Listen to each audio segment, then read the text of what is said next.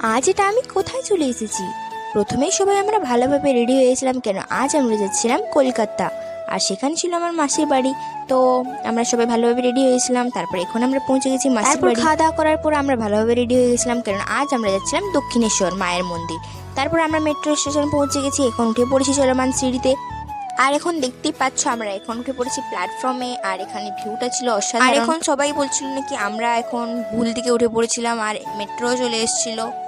তারপরে আমরাও ওপর দিকে যাওয়ার জন্য হাঁটতে শুরু করলাম। আর এখন আমরা উঠে পড়েছি মেট্রোতে। আর এই দেখো আমার পিছন দিয়ে আরেকটা মেট্রো যাচ্ছিল। তারপর আমরা প্ল্যাটফর্মে নেমে আর হাঁটতে শুরু করি মায়ের মন্দিরের উদ্দেশ্যে। তারপর আমি দেখতে পাই মায়ের মন্দির। আর তোমাদেরকে কি বলে বোঝাবো তখন আমার যে কি হচ্ছিল। আর এই দেখো তোমাদেরকেও দেখিয়ে নিলাম মায়ের মন্দির।